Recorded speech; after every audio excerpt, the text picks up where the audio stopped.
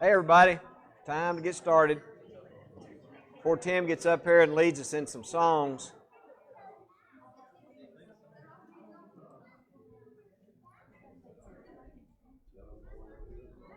Uh-oh.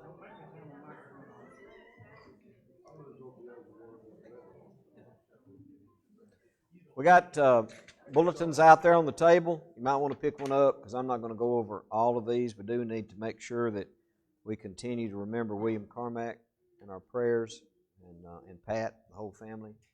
I need to make sure we continue to do that. There are other folks here too. Friday, our young folks leave to go to Winterfest. So we need to remember them, and especially the adults that will be going with them. You know, we need a great Winterfest, Gatlinburg. Mm-hmm. Keep them in your prayers. Who else do we have maybe that's not in the bulletin that we need to make everybody aware of? Maybe it's happened between Sunday and now. Anybody? No? Yep.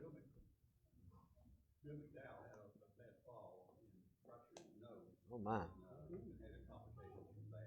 Okay. Bill McDowell.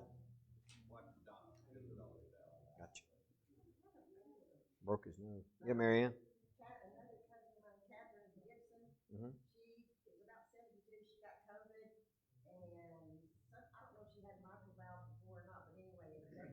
Mm-hmm. Oh, man. Okay. Anybody else? Yeah, David. I haven't tonight, but we have.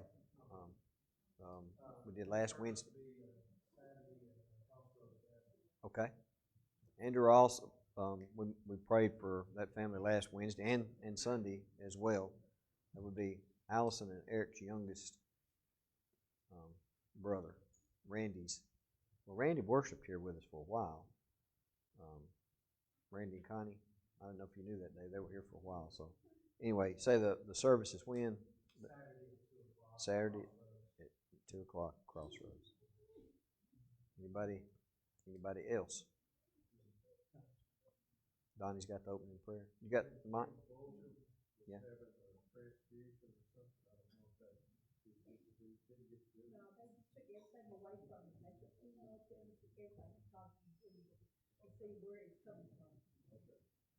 Okay. Donnie, you have the opening prayer.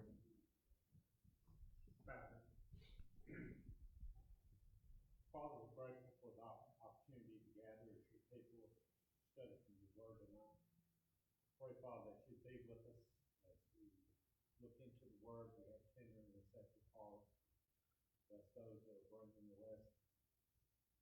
Thank you, Father, for providing a way for us to talk to you and communicate with you through this avenue of prayer. Share with you what's on our hearts and thoughts. We know, Father, that you already know everything that we need. Pray that you just help us to trust you more, to be confident in our ability to talk to you. Grateful, Father, for the answered prayers that we have seen. Father, we pray for those that are suffering. The various things we talked about tonight. There's a lot of that in the world today, Father. A lot of people that are suffering throughout the world. We pray for them. We pray that you might be a very real presence in their lives, especially for Pat and for Reed. Father, we pray that you be with our missionaries in El Salvador and throughout the world. Everywhere where they're preaching the gospel, we pray that you would bless their efforts. Help us, Father, to spread the gospel here in this community. Father, we are weak and simple people, very weak. When we do, we pray that you prick our hearts, help us to understand when we're falling short, help us to do better. We pray that you do for our young people this week as they travel to Gatlinburg. We pray that they have a good experience, that the truth will be taught, that they'll be strengthened and edified, and we pray that you keep them safe. Pray that you keep all of us safe when we heal us when we fall short, take us home to be with you in this life. Jesus.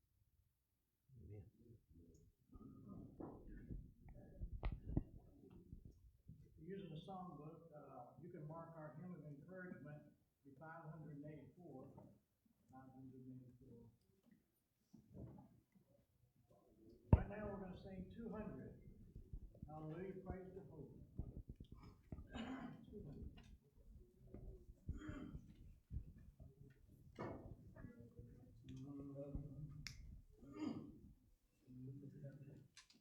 Hallelujah, praise Jehovah, from the heavens praise His name. Praise Jehovah in the highest, all His angels praise proclaim. All His hosts together praise Him, sun and moon and stars on high. Praise Him, O ye heaven of heaven, and ye floods above the sky. Let them praise Jehovah, for His name alone is high. And His glory is exalted, and His glory is exalted, and His glory is exalted, far above the earth and sky. All ye fruitful trees and cedars, all ye hills and mountains high, creeping things and beasts and cattle, birds that in the heavens fly, kings of earth and all ye people, princes, greaters, judges all, praise His name, young men and maidens, aged men and children small. Let them praise His give Jehovah, for His name alone is high. And His glory is exalted, and His glory is exalted, and His glory is exalted, far above the earth and sky.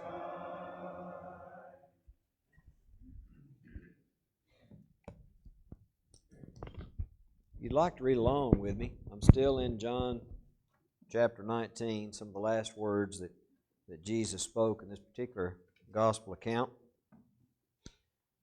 I'm going to read starting with verse 25 of John chapter 19. This is toward the very end of His life here on earth. Near the cross of Jesus stood His mother's sister, Mary the wife of Clopas, and Mary Magdalene. When Jesus saw His mother there, and the disciple whom He loved standing nearby, He said to His mother, "Dear woman, here is your son," and to the disciple, "Here is your mother." From that time on, the disciple took her into his home. A lot of lessons there. I've preached several lessons there, even about Jesus' biological family and why He made the decision that He did. That's what I'm going to talk about just a little while tonight. As members of the family of God, part of that spiritual family that we're all so privileged to be part of, I think one of the things, in fact I'm sure of it, that we don't take advantage of as much as we should is trusting one another enough and sharing things with one another and bearing one another's burdens. We get a lot of spiritual blessings in this life, eternal life in the next, but that one in particular I don't think we take advantage of enough. Earlier in the week, I guess Monday, little dude back there, and I've shared with some of y'all, came home. I picked him up from school and went to the park. We got home. Cindy was sitting there in her chair and was holding our little dog, and somebody run over him in the road and killed him. And that was his buddy. So Monday night was pretty rough. In fact, yesterday wasn't real good. Wasn't that your birthday? Yeah, he's 1 year old. So anyway, I wonder, and that's sad enough, but when you think about some of the things that we should share and don't share with one another, burdens of this life that could make it a lot easier for us if we would. Now here's the deal, sometimes it's not that you have a solution, because a lot of problems don't necessarily have solutions. If you're any age at all, you know that's a fact, especially if you're dealing with other people. I always like working with my hands in building trades because you could kind of figure out what you're doing and there was a completion to it. People problems aren't like that. So I think a lot of times as members of the Lord's church, and we do pretty good with it here at Berea, don't cheat yourself out of the blessing of being able to just share with somebody else. And you know as well as I do, if you've been on both sides of this issue, because I've been the sharer and the sharee, you don't have to have a solution. Think about this for a moment. How important is it just to have somebody just listen to you? They don't have to fix anything. Just does it make you feel better just to share with somebody? I'm not trying to underestimate how important it is to share things with God. That's important. But having somebody in flesh and blood, it's pretty important too, isn't it? I think God knew that too. That's why we have the church. Yeah, you can go to God, but every now and then, it's pretty important to be able to share with somebody flesh and blood too. So I don't know where you are tonight. I don't know the things that are going on in your life. There may be some things that are very intimate to you. Maybe you don't want to share. But if there are things in your life that are a burden to you and things that you could share, that somebody just to listen, I do know, and I've been here at Berea long enough, there's a group of people here that might not have the fix for you. We're not going to pull out a scripture and say, like prescription, here, this is going to fix it, but we will listen. So if you need to respond tonight, do so now as together we stand and sing. Softly and tenderly, Jesus is calling, calling for you and for me. Seal not the portals, He's waiting and watching, watching for you and for me. Come home, come home. You are weary, come home. Earnestly, tenderly, Jesus is calling, calling, oh sinner, come home. Oh, the wonderful love He has promised, promised for you and for me. Though we have sinned, He has mercy and pardon, pardon for you and for me. Come home, come home. You are weary, come home. Earnestly, tenderly, Jesus is calling, calling, oh sinner, come home. Seated. You can go to your class. For those of you that don't know this,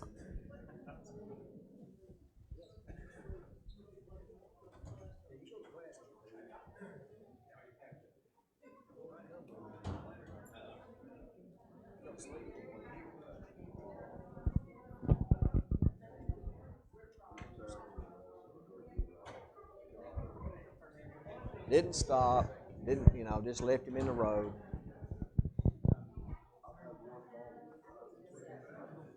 We live on a dead-end road with only 5 other houses down there. And they come in and out of there. It's a whole nother...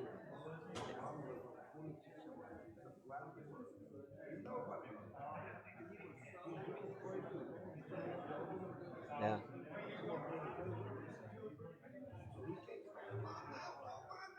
Yeah. And got him.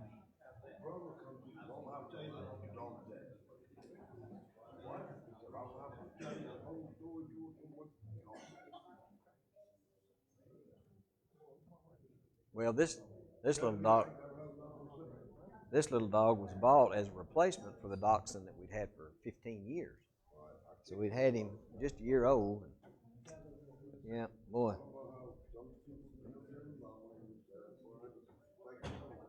maybe one day, but right now.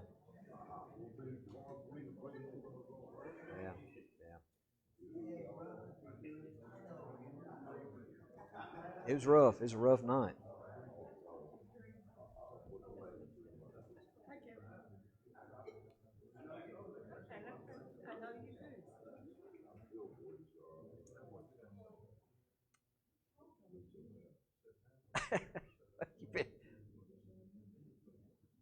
Busy evening. Was everybody else's week been better than mine? Absolutely insane. Some kind of crazy. Well, this is it is some kind of special, a snow moon or something like that. There's something, just ask us. Oh, okay. Well, that's good.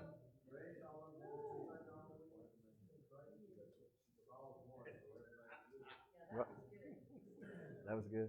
That was good. I know.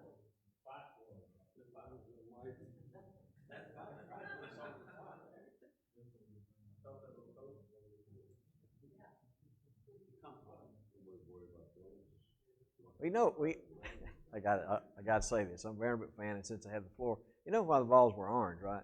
And so they can transition right on into their next life.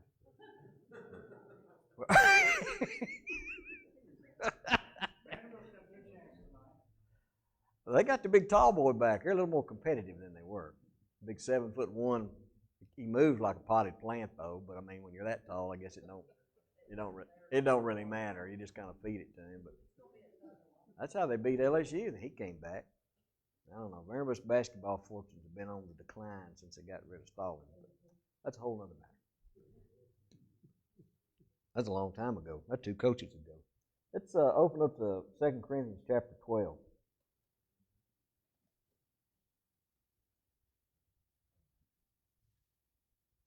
I'm going to start with verse 1. I really want to spend more time, verse 7 through verse 10. But I do want to talk about Paul. He's still going through this back and forth, boasting, but don't want to boast, or don't want to seem like he's boasting. And he kind of talks about himself here, and would it be second person or third person? Talks about a man, but it's really him. And you'll find, in fact, when we get down to verse 7, he says it's him, basically. I must go on boasting, although there's nothing to be gained. I will go on to visions and revelations from the Lord.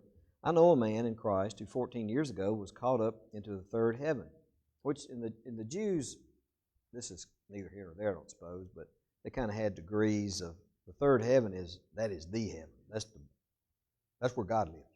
He's caught up into the third heaven, whether in the body or out of the body, I don't know. How many know anybody who has said, or maybe you've seen on TV, they felt like they've had an out-of-body experience? I actually know somebody. Anyway, I don't know whether Paul's. He says here, don't know whether in the body or out. God knows. And I know that this man, whether in the body or apart from the body, I do not know, but God knows, was caught up into paradise and heard inexpressible things that man is not permitted to tell. I will boast about a man like that, but I will not boast about myself except about my weaknesses. Well, first of all, this is Paul. You may read different commentaries about it. And why he speaks of himself right here, I think, is just to defer from his boasting. He didn't want to be, because when you get down to verse 7, he says to keep me from being conceited because of these surpassingly great revelations. So, most likely, Paul's talking about himself. But we'll talk about that some more in a minute. I will boast about a man like that, but I will not boast about myself except my weaknesses. And he's going to tie that weaknesses together when he gets down here to verse 7. Even if I should choose to boast, I would not be a fool because I would be speaking the truth, but I refrain so that no one will think more of me than is warranted by what I say or what I do or say. Paul is still trying to get these people to understand that these false super apostles that have been coming into you and bragging about all these things, and I don't know, maybe some of them had said that they had been, had a vision. It's very possible. I don't think Paul would have necessarily gone here in particular, had some of them might not have used that same kind of ploy to con some of the Corinthians into believing some of their lies. But he does go so far to say that this is something that it happened. And most likely he's talking about himself because he says to keep me from becoming conceited because of these.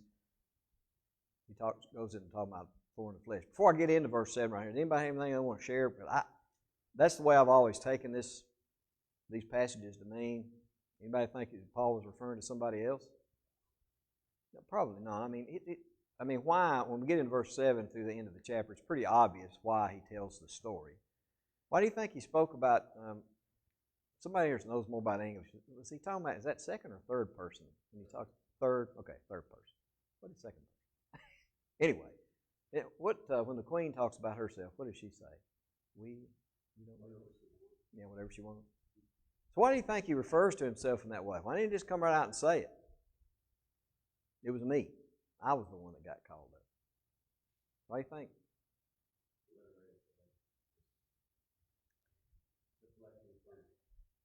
Trying to downplay his own, trying to downplay his own significance, really. I mean, think about it. I don't recall,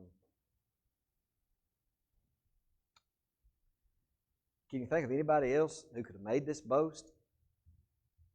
I mean, think about it for a minute. No. Yeah, you're right. You know, he got to see things that... John. Mm-hmm. Yeah, that would be close. I think the whole point of this was not actually his vision. It's the fact that he was trying to downplay it.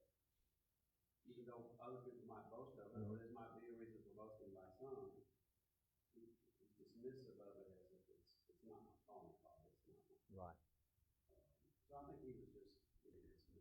Well, and two, remember, he's trying to contrast himself with the super apostles. So anyway, I think Paul is trying to make a point by saying this is not a big deal. Now, I want us to talk. This is really where I want us to spend most of our time tonight.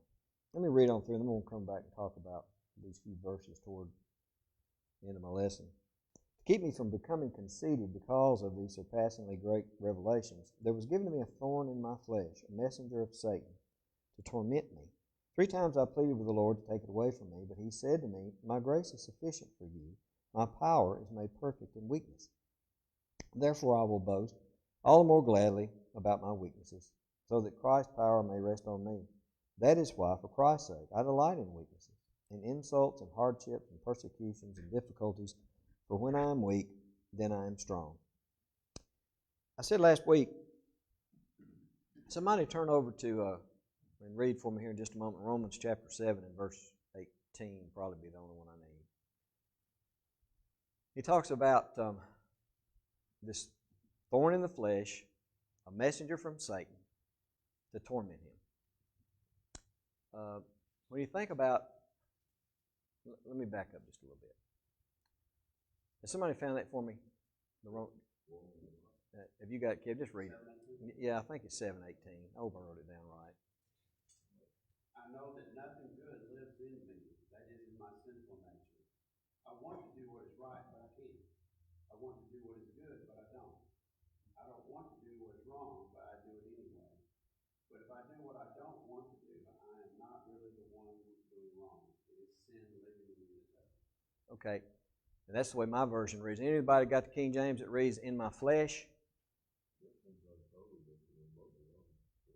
Paul makes a contrast here, and he talks about that the flesh, that fleshly part of him, does things that other side of him, the good side of him, doesn't want to do. The things he should do, he does not do. And just the opposite of that, he does things that he knows better. Well, my point is this. How many of y'all, as you were growing up, heard this particular passage right here explained as Paul had a physical infirmity? Eyesight. Ever heard that? Let me ask you this. If he mentioned specifically that it was a thorn in his flesh, a messenger of Satan sent to torment him, could be. You notice Amy's not in here, but we'll make sure you're on video. We'll make sure she hears. Is it just barely possible that it could be something other than that? How about maybe a personality flaw or characteristic? How about maybe an addiction? How about maybe something he struggled with of a mental things? It says, in fact, why did God decide not to take it away from him? To keep him from being what? Conceited. Now, here's me, and I'm not saying it could, maybe it was eyesight, I don't know. But this is just me.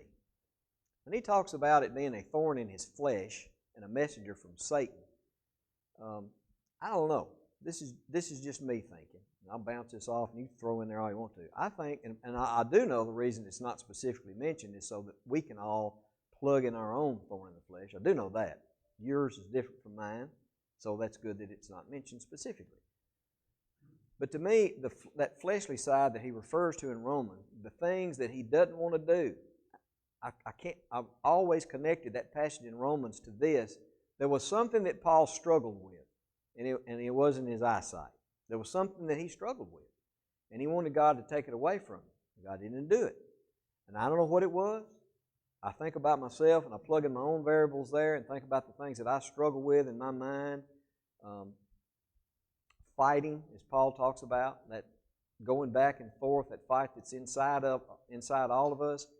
And I think, this is just me, I think we do ourselves a disservice by just assigning it something that can be physically addressed. Does that make sense? There are things that are going on in all of our lives, y'all, and that they're not physical infirmities.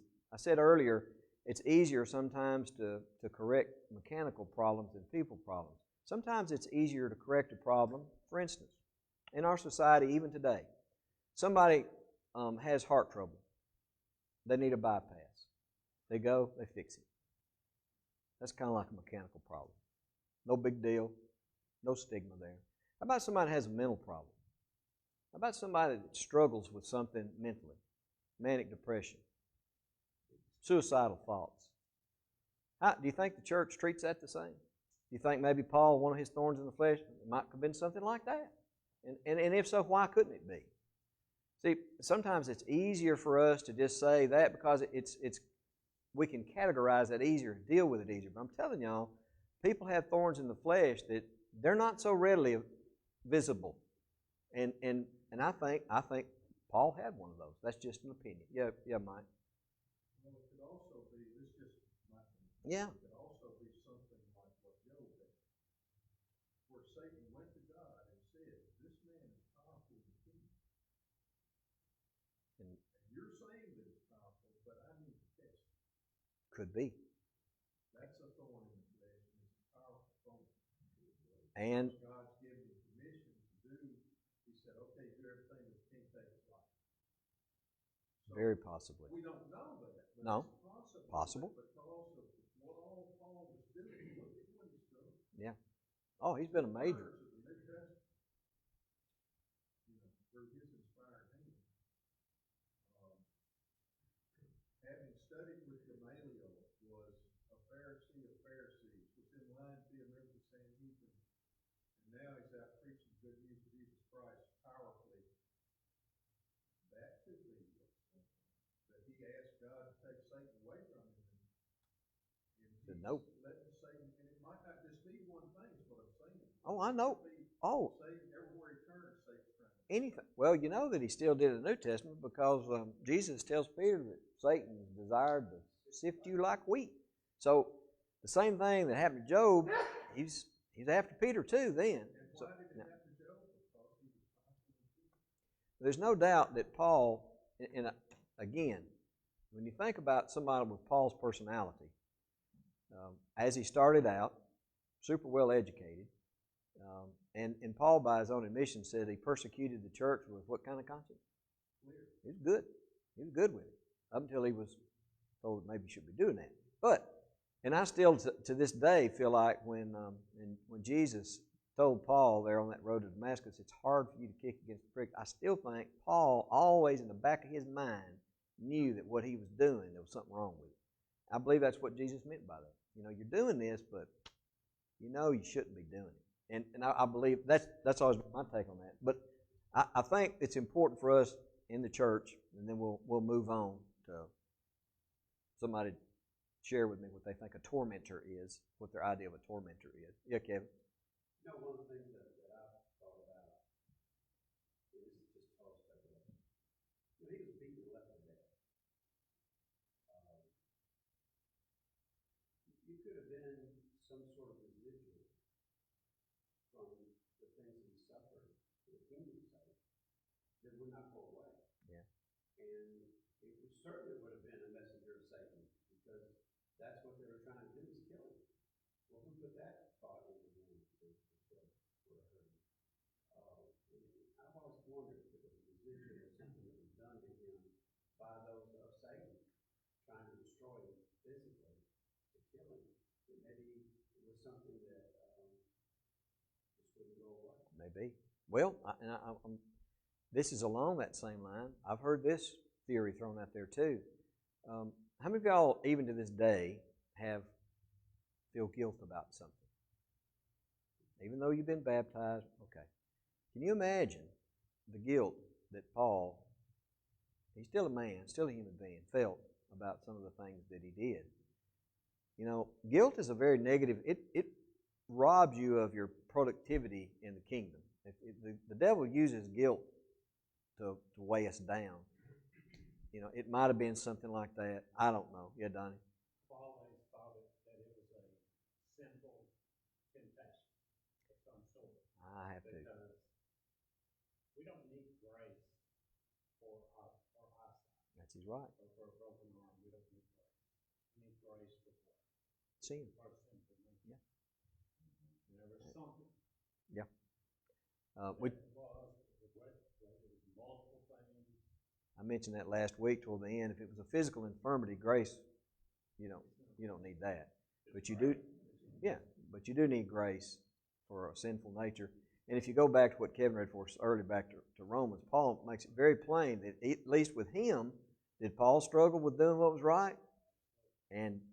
But doing what was wrong, even though he knew he shouldn't be doing it. So he doesn't specify then either, but I'm telling you, Paul struggled. There's some things he struggled with that he needed grace, a heavy measure of it. Well, and when he did, who does it? That's right. That's the point he's trying to make. That's the point he's trying to make. I got to go and see heaven. Yeah. Here are things that I'm not allowed to repeat, Mm-hmm. and I Still struggle. Yeah. I think that's the point he's trying to make. That's the power in this passage. The fact that he has seen. Yeah. That's why he connected this heavenly experience with And this. he's still Because even though I've done that, seen all this, Satan is still fighting. And again, and Donnie's already been down this road, but I'll go ahead and skip ahead to it. What is Paul trying to get him to understand here, not just about the false teacher and everything, but what's the recipe for Paul and everybody else? What did God ultimately say? My grace is sufficient for you. So I'm going to let you keep whatever it is, I'm going to let you keep it. I think there are things that God allows in all of our lives, whether they be physical or something that's not as readily seen with your eyes, to keep all of his children in line. It is. He said, my grace is sufficient. It's enough. You know. I know you're doing these things, But you're still within my grace. This grace is passing through the blood of Jesus. It's sufficient. And it's good enough. How about this, Mike? Think about this, y'all. Whether it's the children of Israel, if you want to use them as an example, or the church today, or us as individuals. How many of y'all feel like you're closer to God when everything in your life's clicking? You make money, got a good job, everything going. What happens to your relationship with God? Most of the time. You're doing the bare minimum. Yeah, because everything's pretty good. I can speak for myself. The times in my life that I have grown closer to God and His people when things weren't so good. Lots of thorns in the flesh, things going on. I think God uses these things. In fact, I know He does because He plainly says this to Paul here. No, you need that. And He also tells Paul what I just said. I'm going to let you have it because if I take it away from you, what's going to happen? You're going to become conceited. So there'll be some things. Let me go. This is something too. And I don't know if there's a magic number, the number 3, but yeah, Tim. I was just curious why they use this phrase instead of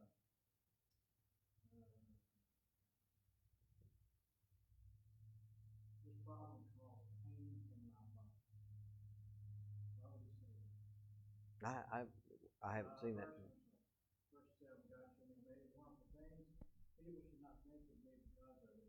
Let's see. Instead of thorn in my flesh, their translation reads pain in my body. I don't know what verse. I wonder why he would refer to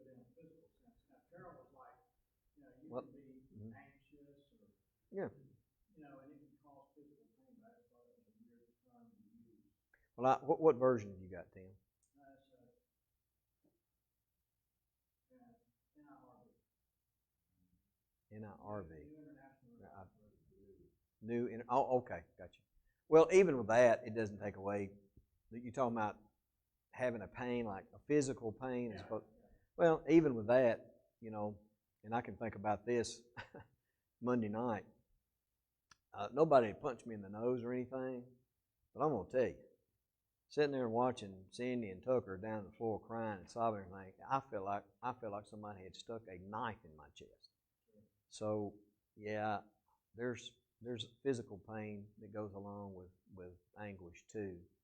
Well, you were talking about it to be something, you know, Yeah, mental or whatever, physical. and I'm like, that can cause lots of physical Well, ailments. how many of y'all, when you go to your doctor and maybe you've had a physical manifestation of something, and the first thing your doctor says, well, you got to get rid of stress in your life. And I'm thinking, well, that's really good advice. That's really good advice. Now you tell me how I can do that. My next question is, well, how about one of them pills for that? You know, because yeah. Oh, that's classic too. Yeah. Cindy, bless, and he was a really, really good doctor too. But Dr. Link, he finally retired, and he was her OB/GYN for years. And he was a pretty heavy man. She said she's gonna keep going to him because he never asked her about her weight. She loved him. Yeah, Carol.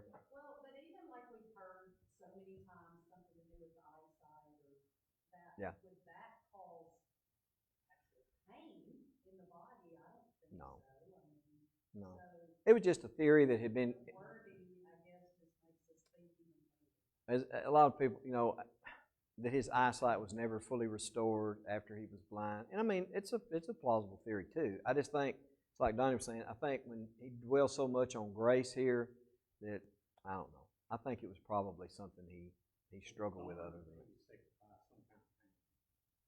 And a spiritual pain is very real too. In fact, it's the worst. It's the absolute worst. The pain I said the other night we talked about this, the life that you lived before, Senator Hogan, the coats have been very strong this season and all this stuff. People throwing that up to him all the time. I'm sure they did. And you know, every time you go try to preach Jesus, there's somebody in the crowd who's saying, look at what you've done. Very possibly. Again, that's the guilt factor. Well, let me ask y'all this. Why do you think Paul decided to quit after 3 times? Is 3 a magic number? Of course, Paul might have a little bit different communication here too. The man had already been. Well, you know, I've always read this, and then you try to reconcile this passage with pray without ceasing. You know, effectual fervent prayer of a righteous man availeth much. How many of y'all have prayed for something way more than 3 times? I remember about like 100. That's what I'm saying. There's a little bit different communication. Yeah. If he comes to, so if he prayed 3 times and God tapped him on the shoulder, don't do that anymore. Okay, that's good enough. I don't know what the 3 times, but Paul, he asked for it. How many times did Jesus ask for the cup not to pass from him? Yeah, it's just a number of significance. It's completion, I guess. But I think Paul literally here, he prayed 3 times, and God said no. When you think about a messenger of Satan, what comes to mind when you think about a messenger of Satan? Yeah, you know, I mean, he may be speaking figuratively here, but that's the first thing that would pop in my head. Scary thought when you think about it. Yeah, Robert? So like what Jesus done for us. He died on the cross. It's painful for him. Yes, it was, Robert. Physically and mentally and any other way it could possibly be. We probably don't talk about the other, but we talk about the physical a lot. We don't talk about how hurt he was. A demon comes to mind, scary thought. It's somebody that I think some of these old movies, I've been watching on the movie network, they show old movies on there, and the other night they had some guys, I guess it was like, I caught the tail end of it, I think it was like during the Spanish Inquisition, and had this guy down there on the rack and was, stretching him out. It looked like a movie was probably made back in the 30s, so it was pretty hokey. But Cindy always comes through there late at night, and I'm watching those. She says, "Are you watching that again?" And a lot of times it's not even the same movie. It just looks like it, you know. I said, "It's Errol Flynn week. He's been on all of them this week." Errol Flynn was pretty good. He was a pretty good actor. Matthew's been watching the old, like the original Casper movies, and I think about the depictions of Satan in some of those old, like the old cartoons. The devil horns, and, yeah. You know, Yeah. But when I think about a tormentor, that's, Middle Ages, I guess. The guy with a black hood on tormenting people and everything. But he said that that's what it did. I can say this, and I've had a lot of physical infirmities. The older I get, I have more. But I will say this, and then we can quit and talk about whatever I want to talk about because I'm done. Of all the things that you've been through in your life, most everybody here is of age that you can relate to what I'm saying. Of all the torment that you've had in your life, which would you rank the worst? Mental anguish or physical? Well, mental by far for me, I'm going to tell you. Because it's like some of the things, and I know I've talked to some of you too that are still struggling with things right now. It never goes away. It never gets better. And sometimes it's hard to share with people. Unless, like I said earlier tonight, unless you can find that one person or two people that are going through or have been through the same thing. And then you got somebody you can talk to because they can identify with whatever that may be.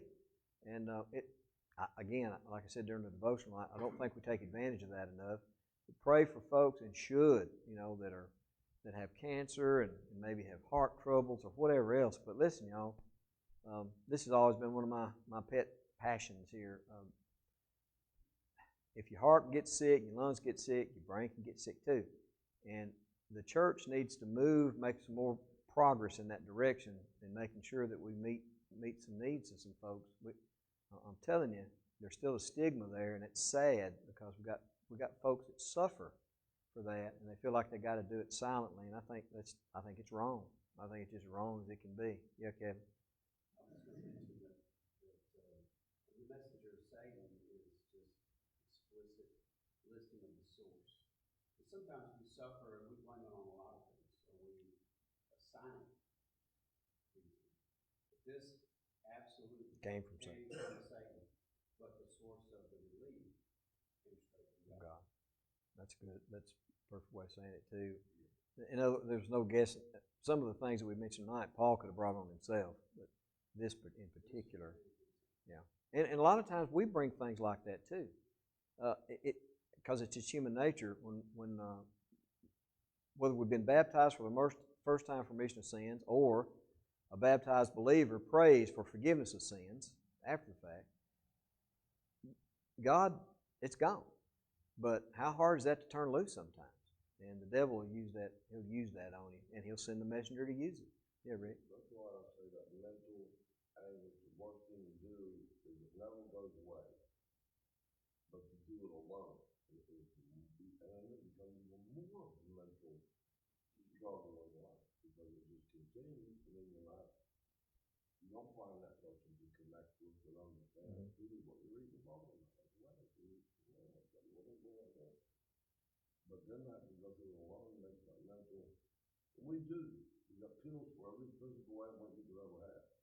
That's why so many people get so desperate. They get so desperate.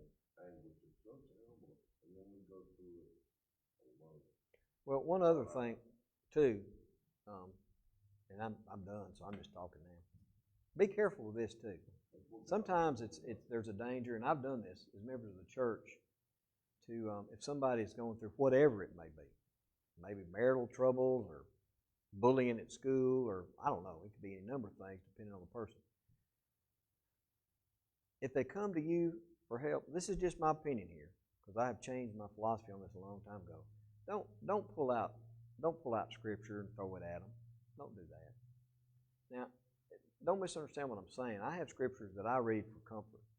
But if they're coming to you, the Bible is not a pill bottle. It's not a prescription bottle. There are Scriptures here that can help us and give us faith and hope. But just be careful. Sometimes I think I have heard it as I was growing up. people going through something. Well, you just need to have more faith. And then quote a passage or throw it out there. That's not the answer, y'all. That's not it. They're looking for somebody to talk to, and if you want to sit down or if they ask you something like that, that's different. But be careful using the Bible as just a fix-all prescription bottle, because it's really not intended for that. It's intended for us to find our way to heaven through the blood of Jesus Christ. But some of the things that people are going through specifically in this life, just be there for them. Just listen to them. And I've also found a lot of times people come to and they already know the answer. They just want somebody to tell, and they already know. They just want to talk about it. So. And sometimes they won't come to you, and then that becomes even harder. Hard to approach that person. What am I going to say? Well, I know what you're going through. Hopefully approach them enough to be that console for them. But they're not coming for us, and now I just, man, I got to step in and say something to try to stew the sadness, whatever. well, But you find yourself further and further distance from it. well, it's uncomfortable. Most people. It just goes on. We look at it like, a month went by, I guess I ain't still a problem. But like I say, you can linger in there. If you get to know people. So bad, it's a way worse pain. God worked out the physical pain. We're hurt so bad physically. Boom, he knocks us out without a car wreck. The pain of the body, you're out. You just knock you out. The physical, you don't just get so hurt in the emotional distress of what I hear the stories all the time, and it's hard to solve it with a scripture is a good way, but the banging out there like yourself pill might not be the right thing. Maybe not. I do know that there's a place for having people to go talk to, professional people. I wish Christians would take advantage of that. If you got trouble and you're having some kind of mental issue, emotional, whatever, there are lots of people out there. Don't have a dog in your hunt that you can go talk to, counselors, psychiatrists, whatever. Just do it. Don't buy into this. Well, if you just had enough faith, then you wouldn't. Don't buy into that. That's just not true. That's just be like telling somebody, well, your heart's well. If you just had enough faith, it'd just cure itself. It's the same thing. So it's always troubled me, because I've known a couple people in my life, in particular, some really good people, Christians, and they didn't make it. And I really feel like had they had the resource, could have been available through, and felt like it was okay and not a stigma placed to it, I'm pretty sure that wouldn't have happened. It shouldn't happen. So, just a pet peeve of mine. Anybody have anything else? Pray for our folks that are going to the mountains Friday. Did the bus get? That's no bueno. No bueno. Tomorrow evening? Okay. That's what you get for looking at it too close, Ronnie. We've been driving it for 2 years just like it was.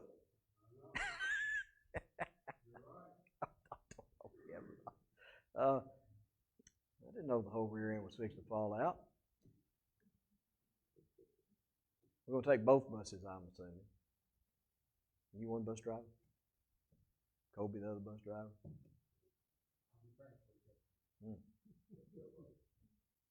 You just need to be in the bus hauling the bag. Just put all the bags on your bus. Where are we staying when we're up there? I'm not going. But cabin? Oh, that's right. That's right. Well, I went up there 1 year. I don't know if Tim, did y'all go up there 1 year? They stayed in the Ramadan or the Ramada, whatever. It was, wow. Is there anything lower than a one-star hotel? Yeah. Yeah. Yeah. Well. Yeah. Yeah.